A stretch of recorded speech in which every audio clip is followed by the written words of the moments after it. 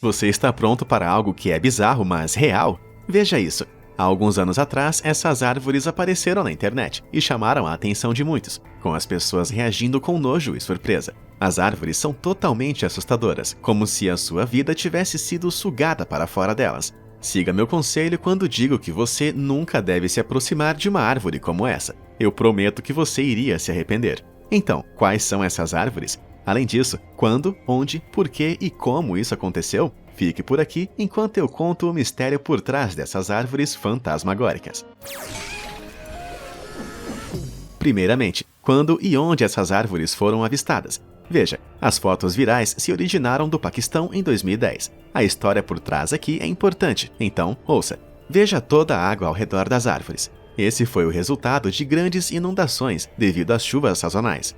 Foi tão catastrófico que a ONU chamou de o pior desastre de sua história. O rio Indus, no Paquistão, foi inundado no final de julho e agosto de 2010, afetando 20 milhões de pessoas, com um número de mortos em cerca de 2 mil. Com 5,4 milhões de acres de plantações destruídas, milhões de pessoas ficaram desnutridas. Além disso, as águas sujas das enchentes tornaram as pessoas suscetíveis a doenças transmitidas pela água. Cerca de 1,6 milhão de casas foram destruídas, deixando 40 milhões de paquistaneses desabrigados. Até mesmo pontes e estradas foram danificadas, então os esforços de resgate, tanto do governo do Paquistão quanto de organizações internacionais, tornaram-se difíceis. Foi difícil fornecer ajuda aos sobreviventes, com o aumento do nível da água. O dano econômico total ficou em cerca de 43 bilhões de dólares. Avançando para outubro de 2010, o nível da água do rio Indus finalmente voltou quase ao normal. Por outro lado, as áreas baixas ainda apresentavam enchentes até o início de 2011. Mas algo não estava certo. Quando as chuvas mortíferas pararam, os moradores de Sindh, no Paquistão, começaram a ver essas árvores fantasmagóricas. No início pode ter sido apenas uma árvore estranha, mas então eles avistaram outra e muitas outras. Esse não foi um caso isolado de uma única árvore fantasma, e ficou claro que as enchentes tiveram algo a ver com isso. O que exatamente elas são será explicado em breve. Então fique por aqui, porque sua formação é estranhamente interessante, e você fugiria delas o mais rápido que pudesse. E você pode estar pensando, acho que não tenho motivo para me preocupar com árvores fantasmas, já que não moro no Paquistão. Mas você estaria errado. Claro, as árvores lá chamaram a atenção do mundo, mas também apareceram em outras partes do mundo. Elas não são um evento único e podem acontecer em qualquer lugar nas condições certas. Não acredita em mim? Primeiro, tem essa floresta perto do riacho Sorek, em Jerusalém. Assim como as árvores no Paquistão, a folhagem aqui parece muito incomum. As árvores estão mortas? Se sim, o que causou sua morte? Também é interessante notar que algumas árvores e plantas aparentemente não foram afetadas. A mais de 11 mil quilômetros de distância, nas florestas do Parque Estadual do Lago Tawakoni, no Texas, Estados Unidos, aconteceu o mesmo fenômeno. Mas a recepção aqui foi surpreendentemente positiva. Com vários acres de área com essas árvores estranhas, pelo menos 3.300 pessoas visitaram o parque no fim de semana do Dia do Trabalho em 2007. O parque inteiro tem 376 acres de tamanho. Então, qualquer pessoa curiosa o bastante para testemunhar as árvores assustadoras poderia vê-las de longe. Do outro lado do mundo, em 2012, a cidade de Wagga Wagga, na Austrália, experimentou uma quantidade recorde de chuvas causadoras de enchentes. E assim como o incidente no Paquistão, árvores fantasmagóricas e arbustos começaram a aparecer. Um campo verde ficou branco. O mesmo também aconteceu em 2016 na cidade de Westbury, na Tasmânia, que sofreu graves inundações. Como você viu, elas não são um fenômeno único, mas por que você deveria se afastar delas? Aqui está uma visão mais detalhada. Você pode ver o problema agora? Que tal aqui? Aproxime um pouco e diminua o zoom de novo. Sim, todas essas árvores foram invadidas por milhares de aranhas. No caso das enchentes do Paquistão, milhões e milhões de aranhas apareceram aparentemente do nada, presas a toda e qualquer árvore que puderam encontrar. Qualquer pessoa com medo de aranhas pensaria que seus piores pesadelos haviam se tornado realidade.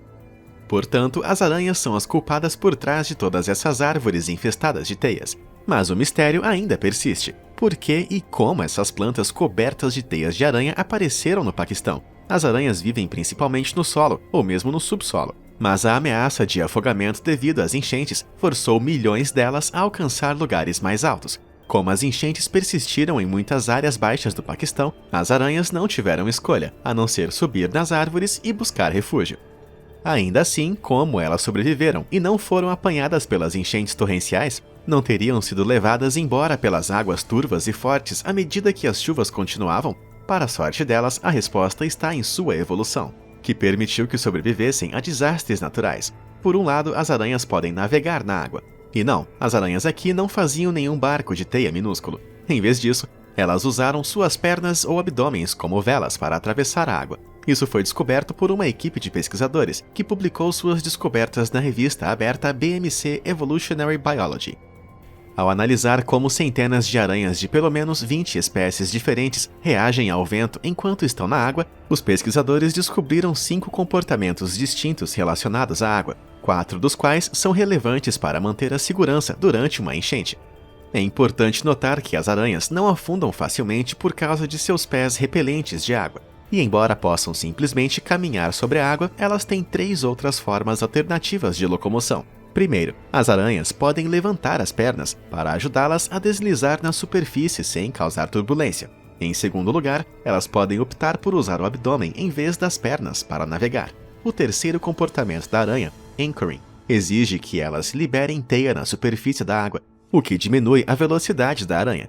Na verdade, essa terceira técnica é o que as aranhas no Paquistão poderiam ter usado para subir nas árvores. À medida que navegavam nas águas superficiais com as pernas ou abdômen, elas também poderiam ter lançado teia em um galho de árvore ou tronco.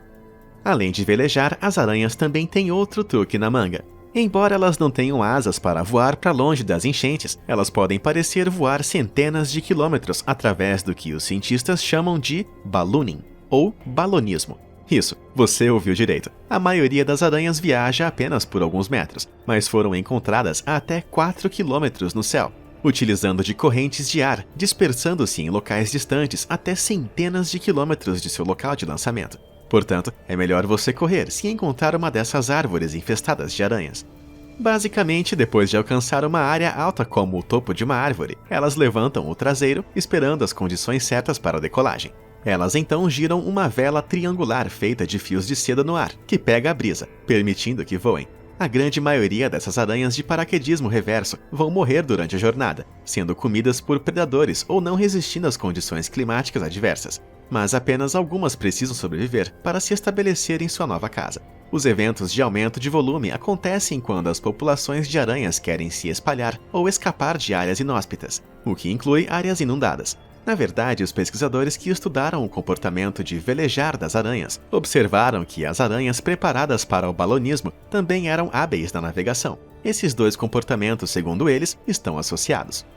Ainda mais interessante, os cientistas não sabiam até recentemente como as aranhas também podem flutuar, mesmo quando não tem vento. As aranhas minúsculas, com apenas alguns milímetros de comprimento, usam o balão com bastante facilidade, graças às suas características e peso leve.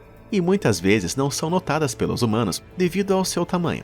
Os pesquisadores acabaram de apresentar uma teoria de como as aranhas grandes, com 1 centímetro ou mais de comprimento, também foram capazes de voar, especialmente sem qualquer brisa.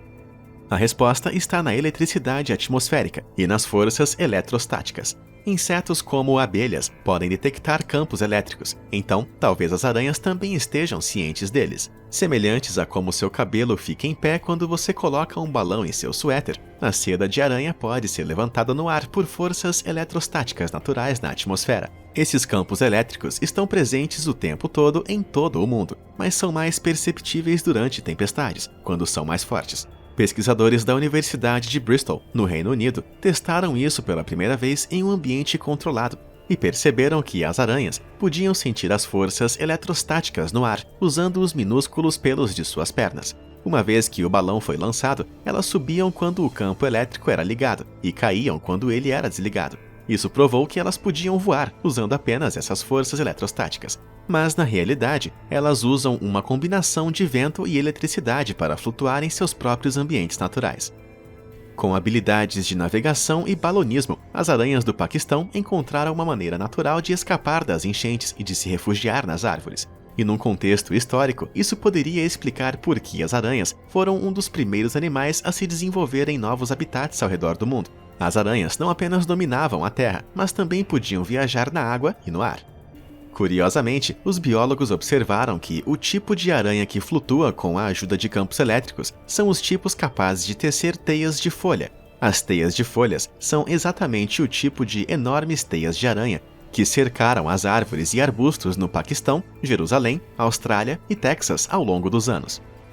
Então, quão perigosas são essas aranhas? Bom, a maioria das aranhas encontradas nas árvores fantasmagóricas são inofensivas para nós, seres humanos. E embora algumas tenham veneno, como as aranhas-lobo, elas não são fatais e só causarão uma leve dor.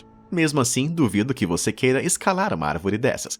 Acontece que são as árvores que devem se preocupar. Essas árvores cobertas de teia de aranha eventualmente vão morrer, porque a luz do sol não consegue mais alcançar suas folhas. Em segundo lugar, as pessoas de Sindh, no Paquistão, perderam uma fonte natural de sombra, especialmente porque fica muito quente na região durante o verão.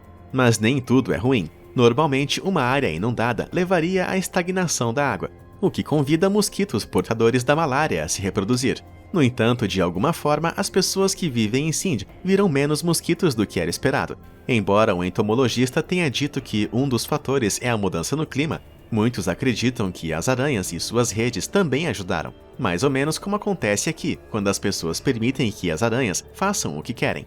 Basicamente, se você odeia mosquitos mais do que aranhas, essas árvores fantasmagóricas não são tão ruins assim.